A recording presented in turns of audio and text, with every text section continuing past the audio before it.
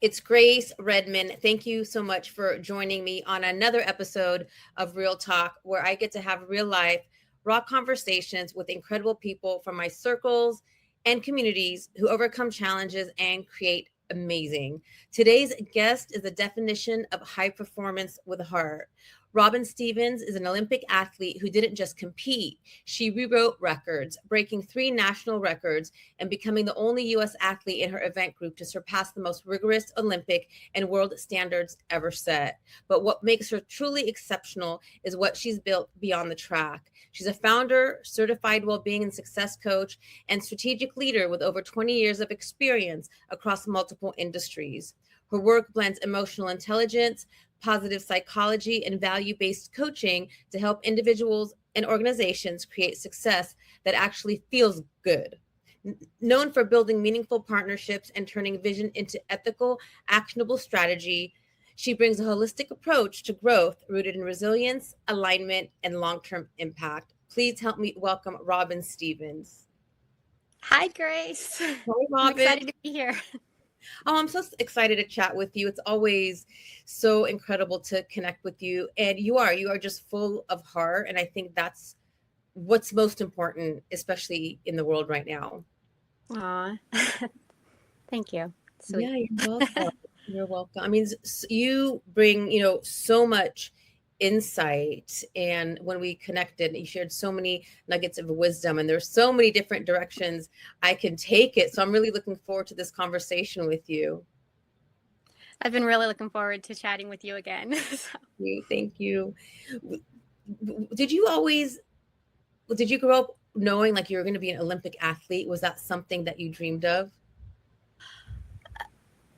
Gosh, good question. I knew in my heart that I possibly could be, but as a kid watching 𝐑𝐞𝐚𝐥, she was my favorite. She was before Simone Biles. I thought that athletes had to be sent away as babies. And since I was not sent away as a baby, that I missed my calling. Isn't it crazy how our beliefs work? Huh? Isn't it crazy how our beliefs work? Right? Yeah, and I know I'm not the only one, because later on in 2016, I was talking to another athlete in my event group, and they had thought the same thing until they met their coach. So we kind of had a similar thing when we met our youth coach. It was like, oh, wait, we can do that at 11 years old. It's not too late. So I met my coach when I was 10 or 11, nice. My youth coach. And that's when it got set into motion, where I was at a cross country race, and I beat her boy in the race, and she came over and just said, Robyn, have you ever heard do you know that there's track and field like club outside of school? I did not know that. And she said, if you stick with me, you could probably get into any college you never dreamed of, which that was the selling point for me, and probably the Olympics. And right there I was floored, because I was like, wait, but I'm too old. Like, I didn't get sent off.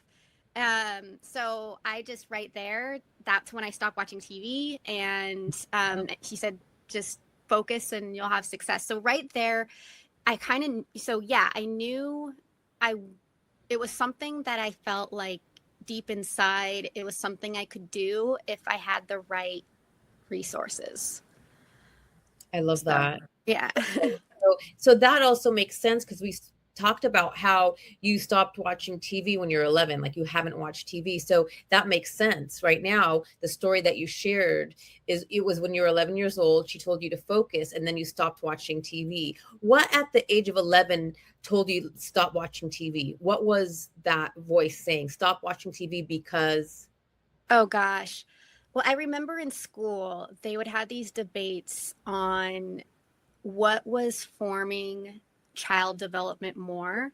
So they were concerned because gaming was, I'm going to age myself here. So gaming, I grew up with Atari, like there was Atari and Nintendo.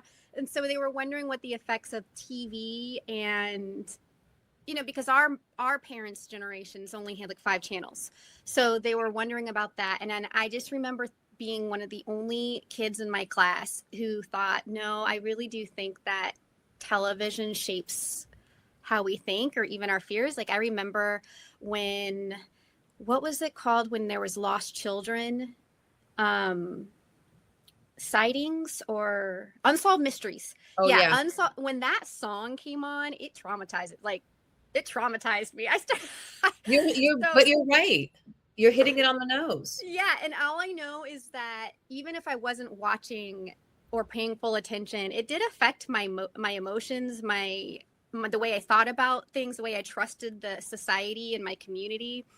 And so I just remember thinking, well, I don't know, I think it kind of has a huge impact on us, and it could be dangerous. And it also is a time, it takes, there's so many dreams that I had. I didn't just want to be an Olympian like 𝐑𝐞𝐿. I wanted to go to college. I wanted to major in as many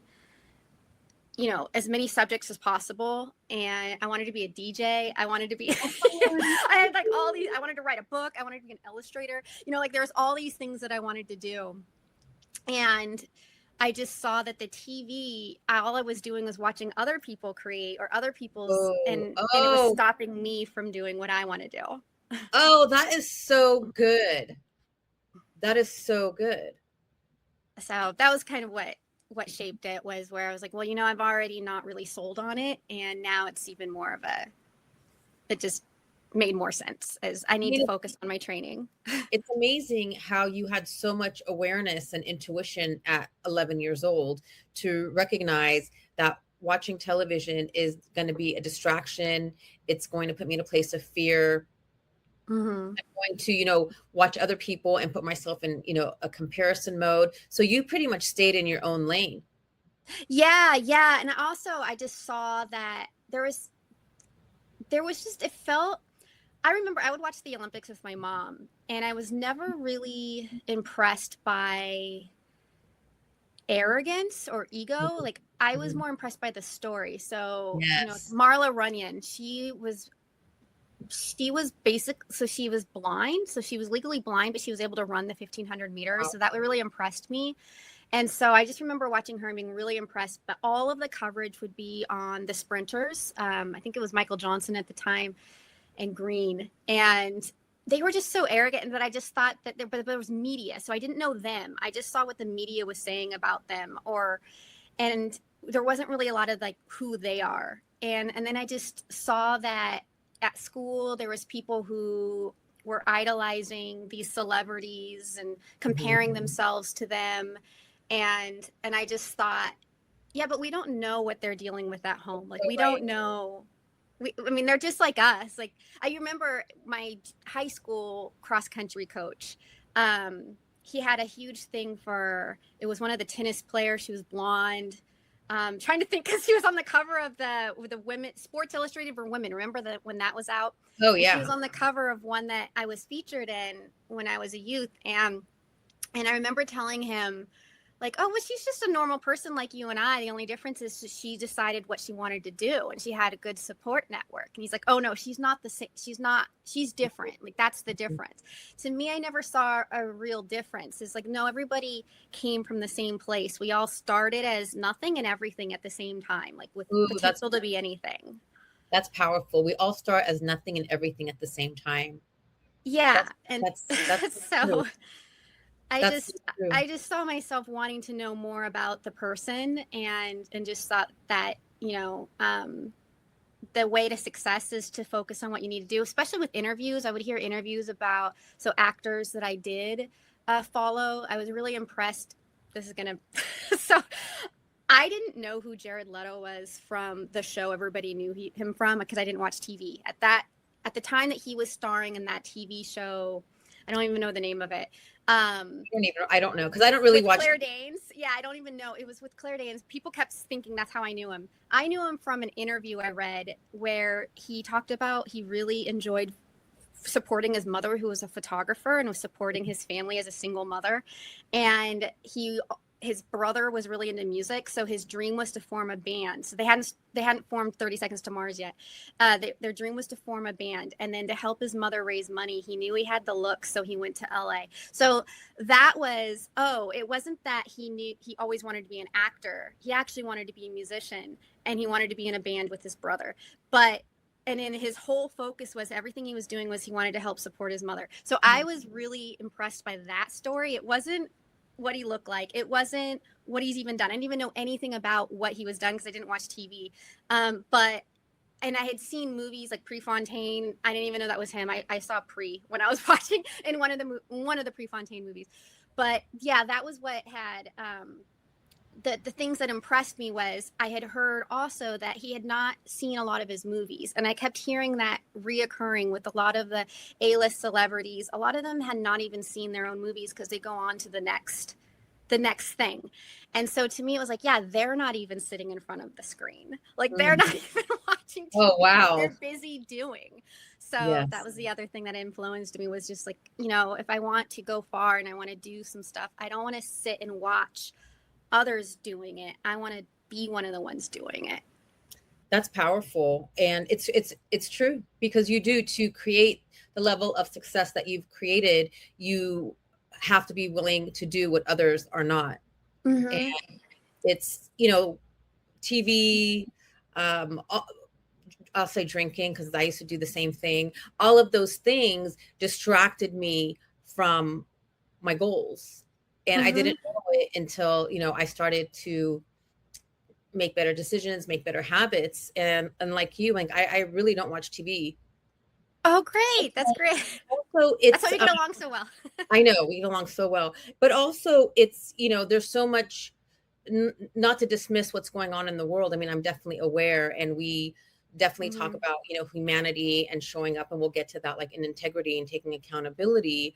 It just, I think it's created to distract us and put us in a place of fear as well. Yep. It takes us away from creating and working on ourselves to create the impact we want in the world. Yeah. And I also think it can be a creative paralysis. When you're watching other people create, you start seeing it, and you start thinking, well, it's already been done. Like I noticed that, you know, well, if they're already doing it.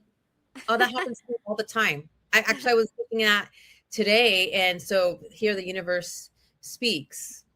So what you talk about, you know, there's 8 pillars. And typically we think about the 8 pillars as fitness and mindfulness, but there's also joy, spirituality, a financial pillar. How can you focus on so many different, you know, pillars at the same time to help move us into that aligned place that we all look to be? Yeah. So generally there's 8 main pillars of well-being, and I find it really fascinating. Most of us only are really familiar with the fitness aspect and the mindfulness, so being more mindful, but there's so much more that go into it. It's going to be your environment, like the environmental health that you have, which applies with the TV. Is it healthy? Is that a healthy environment to put yourself in? And I grew up on that whole control the controllables, what's within your control. And you can decide what you want your environment to be. There's things that are going to be outside, like with the political environment and all of that, but what can you do for yourself? Yes. So exploring that. Then there's the physical well-being. So yeah, the fitness, but there's also your genetic well-being. So just being aware of the stuff that's out of your control, but what's within your control to be able to navigate that when those genetic things arise.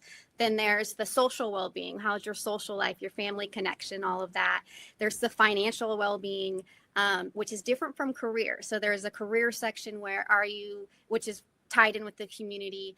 You know, are you happy in your career? Because that can affect, and you know, how you do one thing is how you do everything. Have you heard that? Where it can affect other places, and we can overcompensate. So financial well-being is, what is your financial health?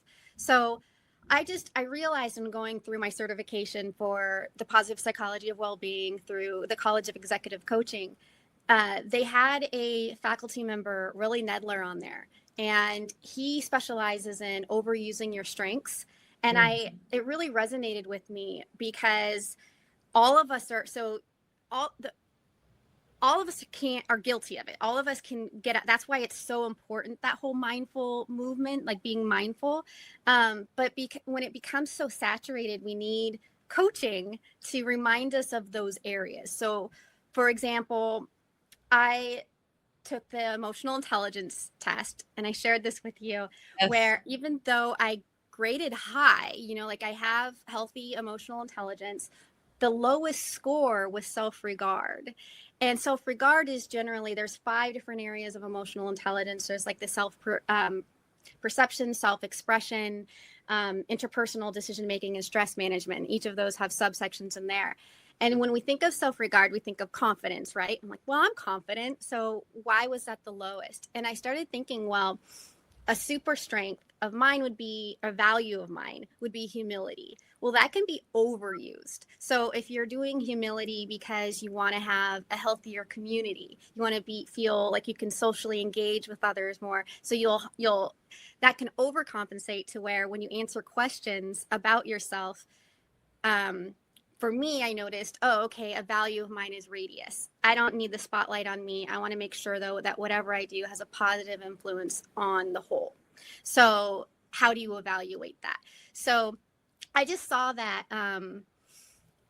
when you look at the really successful people that you admire, every single one, I pause and I try to think like, okay, but all of them they still have coaches, they still have, so if you think, let's take a musician, for example. We're hearing more and more stories, like Elvis Presley's story that came out a couple years ago, where, yeah, you think they have everything made, and they have the money, they have the fame, it looks like they have this social community and everybody loves them. But then you hear how lonely they are because their spirituality isn't at peace. They're pulled in all sorts of directions. Or you see athletes. Athletes are the epitome of fitness, of health, of mental strength, and especially at the Olympic level, there's very few percentage of us that make it that far. And yet so many of us end up impoverished. So that would be a well-being imbalance where the financial well-being is lower. Or you see very wealthy people, business owners, where they have, take Musk, for example. He's the richest man in the world. I'm not convinced he's happy, though. Like, he doesn't seem like a happy person. I get it. Physically, he's not healthy. So he's clearly out of balance. So to me, it's just so important, just understanding the 8 pillars, and then just working with the people around you and the experts around you to be in balance of all of that, so you can keep healthy. So that's why we totally connect and get along, because also as a success coach, I work with clients to help them create a life and business they're excited to wake up to. And that's exactly what we just talked about. It's not just hustle and grind for, to look good on paper for, financial success or for accolades. It's all of the other ones combined together. And that's what you're talking about, the 8 pillars, because like you said, you could have all of, the money in the world and still be not spiritually fit. You could, and I'm so fascinated by athletes, because to me, it's just the mindset, the mental performance, the physical piece. And I'm just learning now, like you talked about, the financial empowerment, the financial piece, spiritual piece. So I love how you're bringing this to the forefront as, okay, like we need to look at all of this to be a whole person and be, like you call it, successful from the inside out. Exactly. That's and most of us don't really talk about that or think about that. We just have one focus. Yeah, and that goes back to the TV thing. Just that I just saw that the narrative that it's a way of, that's a heavy word, so I don't want to use that word, but like it's a way of grooming society to get to where praising the struggle or idolizing struggle becomes the norm. And I just felt like that's not healthy. It's not. And I can say from example, like I was raised and conditioned to believe that the martyr, like being the martyr, was the thing to do. I was conditioned to believe like you had to suffer to be praised. And I've made an effort to break out of that pattern. However, it's still, I could feel it sometimes, like, what am I doing? I fall back into that pattern. And because if we rested or sat down or took time to be or enjoy or play, we were called names like Yeah. lazy. I'm not going to use the other names. That was Lazy, insensitive, you know. Yeah. selfish. Selfish. Yeah. Yeah. I Um, think a lot of women, especially, are brought up that way. Because I remember thinking going off to college that I didn't date till college. And I intentionally did that because I did not want to stay in town. I wanted to go away for college, have something different. I grew up in Silicon Valley, so very eclectic. right here in my And backyard. I know. So I wanted to experience something very different, like I know it's so funny. You know, this is how I know it shapes us because the movie that inspired me to go, a movie did inspire me to go to college, was Which Pauly one? Shore in Son-in-Law. I don't remember that one. I Oh, know, okay. no, whenever I bring it up, Oh hardly my God, anybody Polly does. Shore from MTV. Pauly Shore, yeah, but he's in the movie called Son-in-Law, and Okay. what happens is he's a TA, you know, or whatever. Not a TA. What are those people who are running the halls? You know, when we Like a hall and monitor. yeah, well, yeah. I mean, he runs that. Yeah. So he is in LA at UCLA, and a girl from North Carolina, I believe. It's been a years since I watched it because I don't watch as much. So um, she goes from North Carolina to LA, and she's in culture shock because she goes from like horse farmland to LA life. And I grew up in Silicon Valley running beta breakers since I was 7. So, you know, I was used to, it was not abnormal to me that once a year there's these naked people running by, you know, and down public streets and police officers don't care. And so to me, I thought, oh, it'd be really interesting to go to a college somewhere that is totally the opposite of what's normal for me. And I was born in the countryside, but grew up in like suburban area. So I went to Wisconsin. So I wanted to go somewhere very different. That's So totally.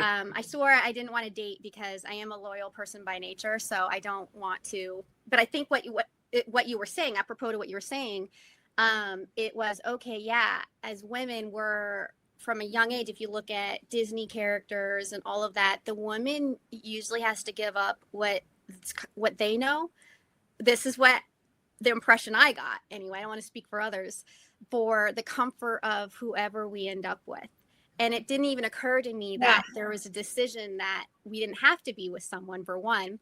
It was almost like we have to, which that makes sense because our grandparents did need someone. They couldn't even have a credit card or, you know, or have a house without a man's co-signing. So, and that's influencing us. So when I went off to college, it was okay. I'm not going to date until I go to college because I don't want to get stuck wherever I am because I'm a faithful, loyal person. But I also thought, oh man, I got to get the Olympics over with in 2004, 2008, so that I can start my business no later than 2008. And by then I would be making house with someone, you know, settling down with someone. And once I do that, I don't know how to juggle. Like I'd have to throw my whole self into that, you know, making sure the marriage works because I would have to, you know, we have to make sure that I didn't cook either at the time. I was raised with a dad that cooked. So when I went to Wisconsin, it was very abnormal that a father cooks, not the mother. You know, things have changed so much by now. But, Totally. you know, back then, I just remember thinking I came home in elementary school, I came home from a sleepover and I thought that the family was so unique because the mother woke up and made everybody breakfast. And I came home and I said, oh my gosh, their family's so unique. Like the mom made breakfast for everyone. And my mom said, no, that's considered normal. It's our family that's different. And then I remember a boyfriend of mine in Silicon Valley.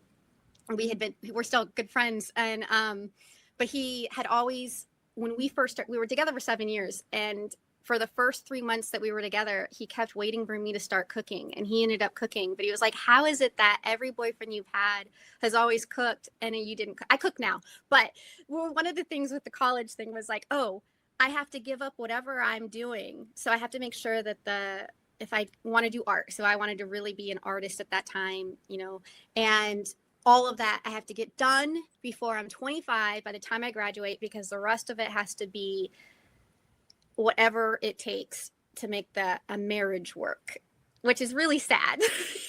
Well, I mean, I could relate because that was my thinking as well. And I love how you're sharing all these stories, because the stories really tell, like, you thought because your dad cooked, that was, the norm. I know. And right? how we are brought up is what's normal to us. Exactly. Right? And so whatever we see, whatever we're brought up with is true to us. It doesn't mean that it's not normal. It's just true to us. So I also grew up in an environment where you're, meant to get married, have children right away, and you gave your whole life to the man, to the husband. Mm-hmm. And yeah. I did that. I did when I mean, even though I was working and had a career, but I did it all. Like, I did the house. And then finally I started becoming aware. I'm like, what am I doing?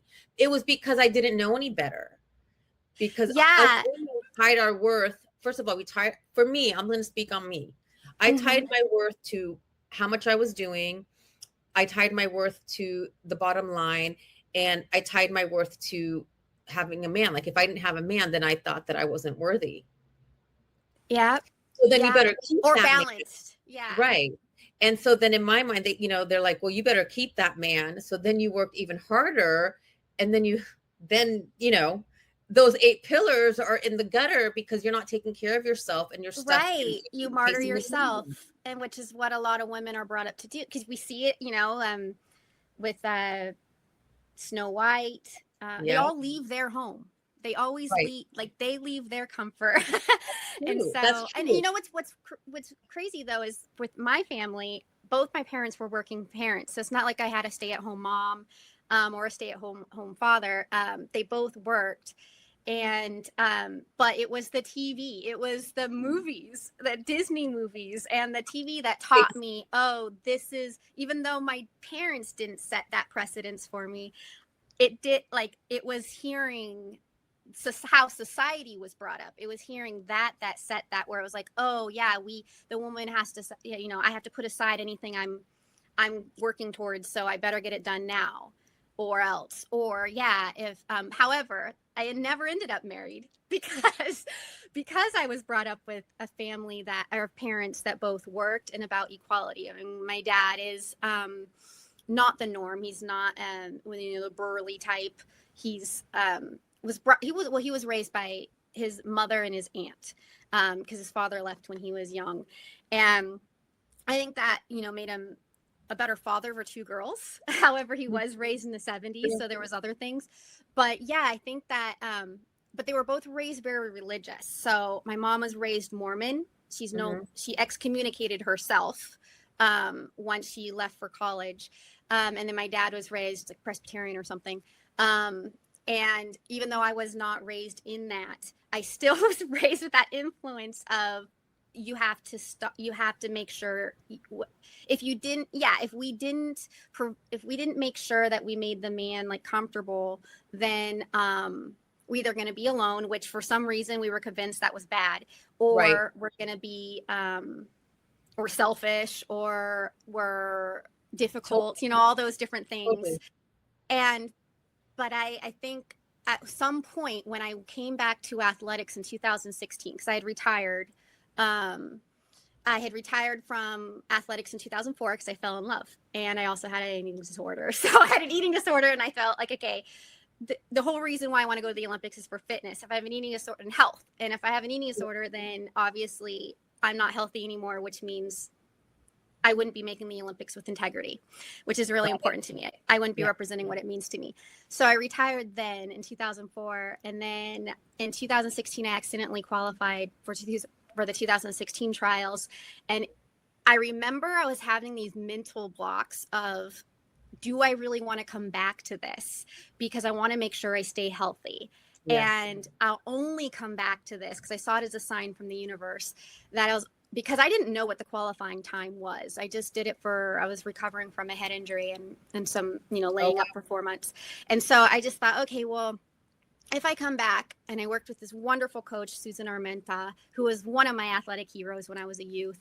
She's most beautiful race walker I've ever seen in the US, like a US race. If you wanted to, that's what sold me on race walk, because I'm a runner and I'm a distance runner and race walker. And I was a runner originally who race walked so I wouldn't get injured running. And then I ended up a full-time race walker in 2016. And it's because she made it look so beautiful, like a dance. And she came in and she said, okay, well, you know, as long as I can approach it healthily with like food and all of that, I'll come back to it. But one of the psychological things was, okay, I was also comparing at that time myself to because I had left at my peak, except for the injury that was caused by, I got Achilles injury from the eating disorder. So, so it was like, okay, it took me like 4 years to get over that. But one of the things was I was having difficulty. She set me up with like a life coach, but it was for performance, you know, for mental performance. And her name's Erica, and she does like the horse, like she works with horses and stuff. That's her background. Oh, I love horses. And she was so great because she had us do this thing where, and now mental preparedness, I'm good. I'm really good at compartmentalizing things and all of that. But one of the things was that I was dealing with coming back in 2016 that I did not deal with as a youth and junior level, under 20 level, was anxiety disorder. So I was diagnosed with anxiety disorder in 2009. I did not have that before. So it was like, okay, what do I do now that I'm traveling more? A trigger for me is flying. So if I have to fly internationally, what's going on there? I'm totally over that. But at the time, that was like a really big struggle. And she had us do this exercise, and it actually helped me with my anxiety, which they all say, you know, we're a coach, we're not, you know, someone who can help with anxiety, we're not a doctor or anything like that, but it actually helped. And the trick was, your thoughts are like a 2-year-old. And so anything that is gnawing at you, if you think back, like, I can be a chatty person. I'm all about communication. I'm very expressive. And I used to think it was a compliment when my mother would say, Robyn, you're so incessant. I thought it was great. You know, I was like, incessant. Yeah, I love how you created a positive meaning to that. I mean, it could be. Yeah, I thought well, I didn't know what it meant. Yeah. But so I thought, oh, it must be a good thing, because he's like, oh, Robyn, you're so incessant. Well, I was thinking back when this is flash forward 2016, I'm talking about like thinking back to a 2-year-old just wants to be heard. That's all of us. Like I think of Stephen Covey with the 7 Habits. Seek first to understand before being understood, right? Yes. And that always resonated with me. And it was like, yeah, all of us at the bottom, at the end of the day, all of us just want to be understood. Yes. And there's this really cool, I know I'm going all over the place because I'm kind of like, no, but I love it. Connects dots. But there's this exercise also that Thais Gibson does in the personal development school. And there's this exercise where she talks about anything that's bothering you. It's probably something you're neglecting in yourself first. Yeah. And it ties in with the 2-year-old of wanting to be heard, where it's like, okay, whatever your fear is, if you're trying to ignore it. So if you're trying to be like, oh no, like that, no, just not right now, not right now. The louder that fear is going to get. And it totally reminded me when I was 2 years old, when my mom's trying to work at her home office when she was working from home on a day.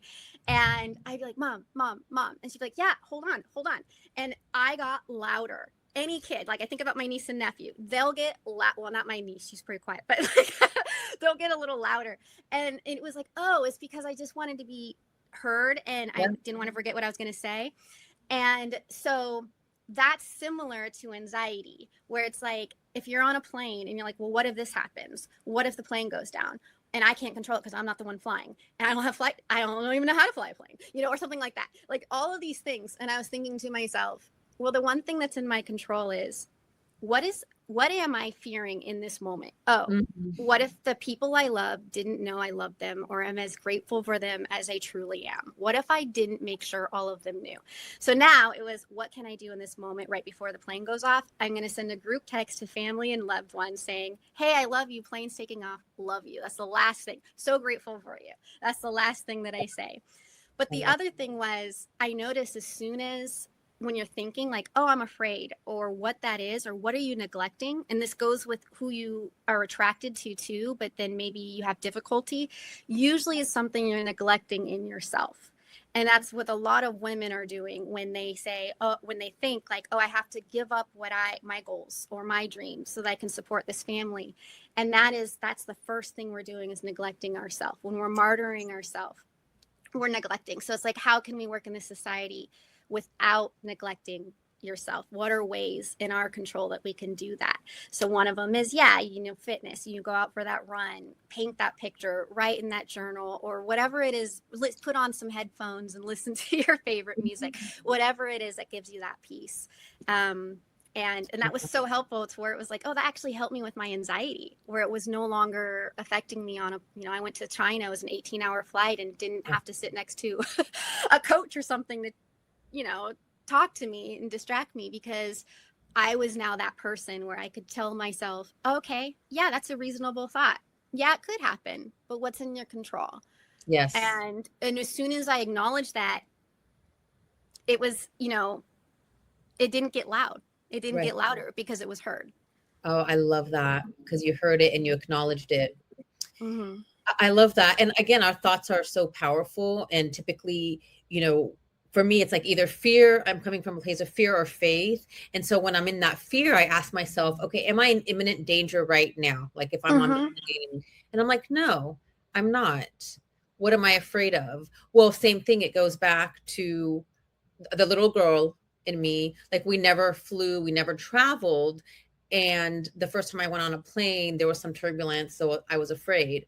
And so I remind myself, okay, that was, an isolated incident. You're fine. And so for me, the mindset is huge. Like I'm constantly reframing and talking to myself, like like you just shared. But what I love what you shared is, we just want to be seen and heard.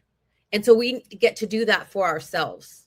That's right. Yes. And that's powerful. the thing, is I think we get conditioned from a young age to neglect ourselves. When you're sitting in front of a TV, you're ignoring your own self. You're ignoring what's going on in what's going on. Or if you're, so it's just all of reminding ourselves, or having, being your own best friend. And that was a big epiphany for me in 2009, was the only person guaranteed to die with you. Because that was another thing, was I was scared of losing people. And it was, oh, well, that's going to happen no matter what. We're going to.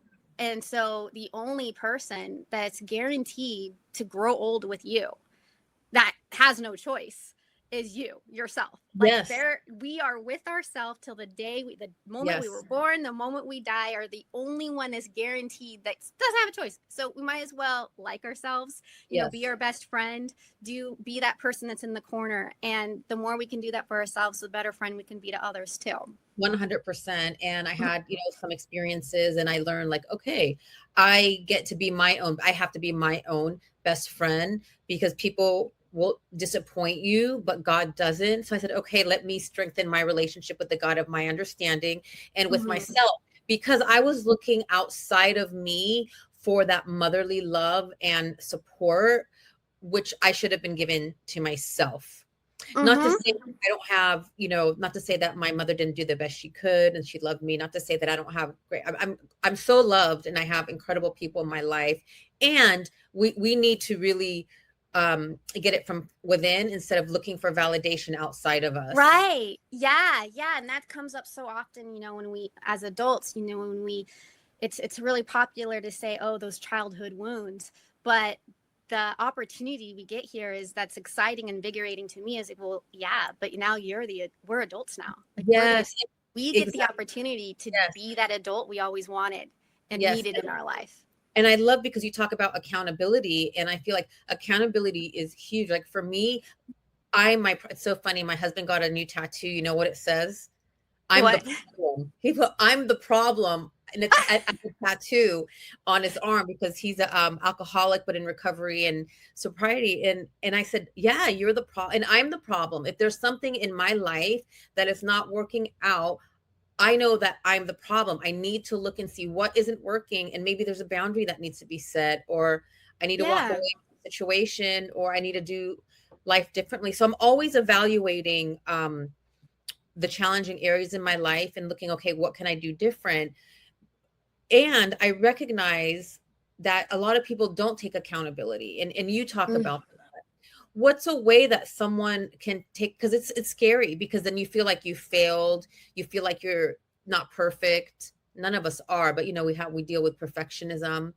So when someone really hasn't been taking accountability, what's one simple way that they can take accountability that'll be gentle on their nervous system, and they won't feel like that 2-year-old that's getting punished? Because so for me, it can be scary, just like telling the truth. I think that this brings me to the difference between kindness and being nice. There's a difference. There's a lot of people who are nice but not kind. And then there's people who are very kind that might not seem nice, but only because they're saying what needs to be said, or they're doing what needs to be done. But they're doing it because they're kind. So to me, telling the truth, I think that's the kindest thing you can do. And everybody's truth is different. So also keep in mind, if somebody's telling you their truth, don't take it personal. That's information. It's information for them, and it's information for you, so that you can be like, okay, this is their experience.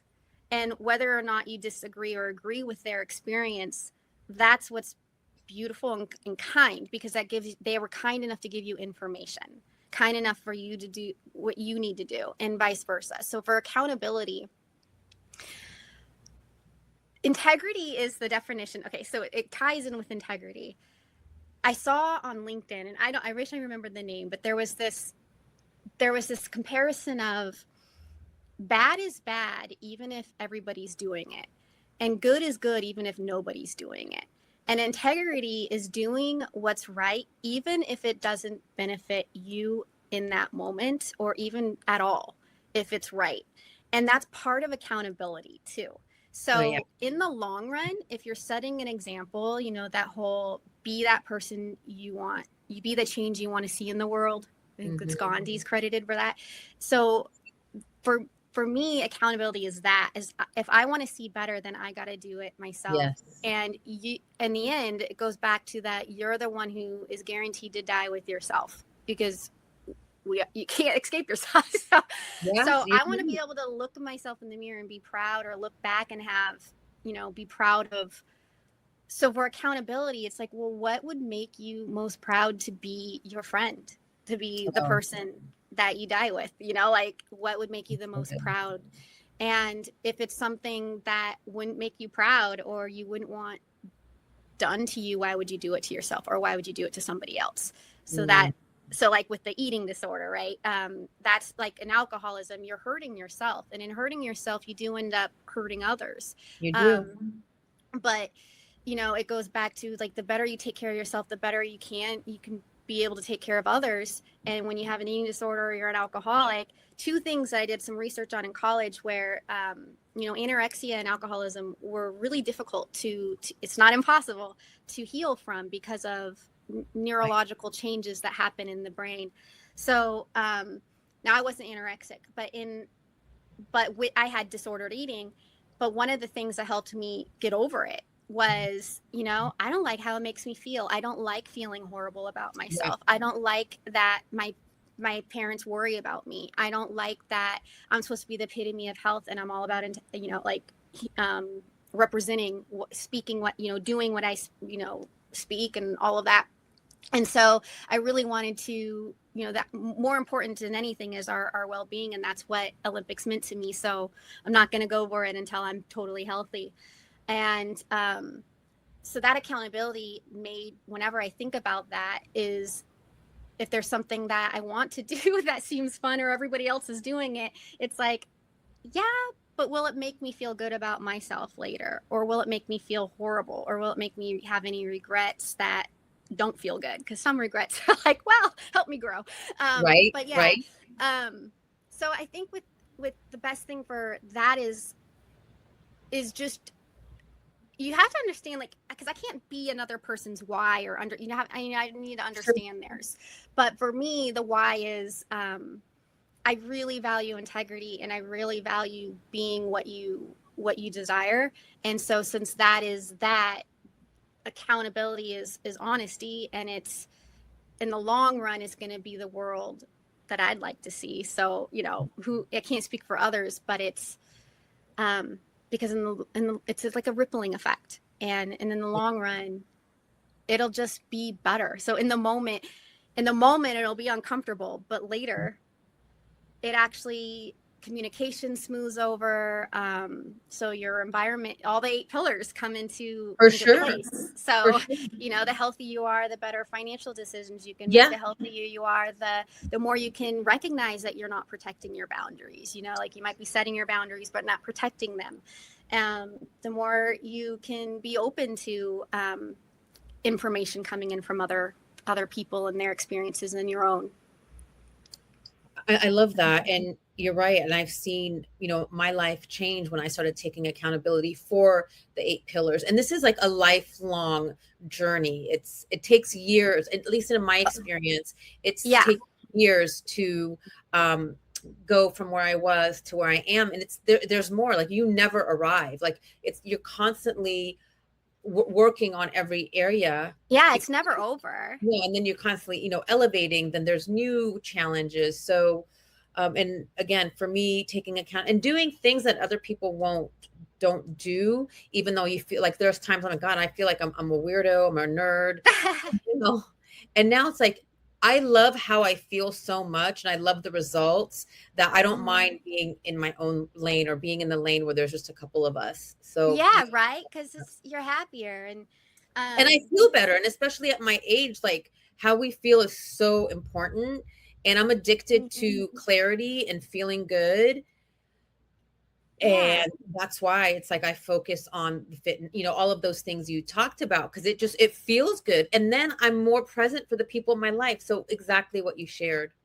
Yeah. And that's another thing that it reminds me of with, you know, for like Olympians. Some people will look at, or at top athletes, not, you know, if you look at them, sometimes people will assume, okay, so there's a running group that I was on in Silicon Valley, the Wolfpack, you know, and a lot of them end up injured, and they celebrate themselves running through injuries or running through, you know, and they think that that's what, when you get to the Olympic level, I mean, part of the training is rest. Part of it, we do intense, but part of it is, proper sleep, proper nutrition. And one of the things is a good excuse to really take care of yourself, because if you get sick, you do miss a paycheck, you know, because sometimes we're only paid so we're race walking, we're only paid in 3 races. So if you're sick for those 3 races and you didn't win, you don't make enough to survive on. So, so you want to make sure you don't get sick. You want to make sure you get proper sleep. You want to make sure you get all that. So you don't get mad at yourself if you miss one day of work, you know, because you're sick, you know, because you don't want to make other people sick, and then that also shows social responsibility. So that's the other thing, is that it's actually very normal. When you think of singers, they actually take care of their vocal cords. Like, so you might see what they're doing in front of the cameras, but behind cameras, there's all sorts of things that they're doing. And that was another thing that I noticed, because I did work in the corporate world for a little while in Silicon Valley. And the difference is that a lot of times they think, okay, you have to work for one big thing and then that covers you. But an athlete, you know, an artist, they never stop working. Like, they're constantly, you know, or a mother, you know, if you watch little kids, entrepreneur, I mean, you never stop. You never stop. You're always learning and growing, and that's what's nice. As soon as you stop, then, I mean, things get boring. So you gotta keep totally. I could be here with you for another hour. I can't believe it's almost been an hour. I appreciate you so much. So many amazing nuggets of wisdom. What's one last thing you'd like to leave our audience with? Oh gosh. I mean, don't limit yourself. You know, have lots of goals, and don't get so tied to one narrative. Think of like a choose your own adventure book. I love that. Like, basically create your own, run your own race. Mm-hmm. Love that. Oh, thank you so much for coming on, Robyn. We're going to definitely have you on again because there's so much more that we could talk about because there's 8 pillars. Yes, there are so much to get through. Yeah, so much. So, And Grace, such a pleasure. And I can't wait to hear about your Bali trip. Oh, thank you. I know we're going to have, well, we'll have you on again and we can discuss all that and other things. Can you tell our audience where they can find you? You can find me at, so I have I'm trying out a new platform. So, but, and it will switch over to 𝐵EGoldenSuccess.com. Right now it's at payhip.com/𝐵EGoldenSuccess. Okay.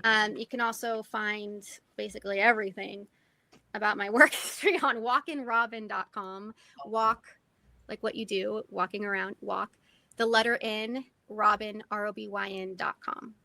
And we'll also share that here as well. But I'd love to have you back. We have so much more. Oh, I love our conversations. I love it. Such a pleasure talking with you. I know, you too. And for you, those of you watching, listening, please subscribe, like, and share so we can continue to bring you incredible guests like Robyn Stevens. And until next time, we appreciate you and thank you.